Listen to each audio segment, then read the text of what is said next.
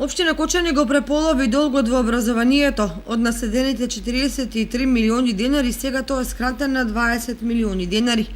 Средствата се обезбедени од буџетот на Република Македонија, односно преку Министерството за финансии, со Законот за финансиска поддршка на единиците на локалната самоуправа и единки корисници, основани од нив за финансирање на доспеани и неплатени обврски. Пријавената состојба како долг на општинските образовни институции во Кочани, која заклучено со септември 2018 година, изнесуваше 40 милиони 595.122 денари, е намалена за 51%. Задоволни сме што го нормализираме финансиското работење на училиштата кои беа заглавени во долгови пред се по основ на школски превоз. Најголеми должници остануваат Средното училиште Гошо Викентиев и Основното Никола Карев.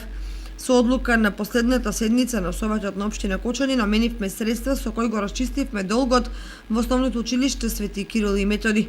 Со ваквата поддршка од Централната буџетска каса, целосниот долг на училиштата ќе го расчистиме до средината на 2019 година, соопшти Николчо Илиев, градоначалник на општина Кочани. Според Илиев, намалувањето на долговите во училиштата значајно ќе придонесе за поуспешно решавање на таковните проблеми и потреби со нови инвестиции.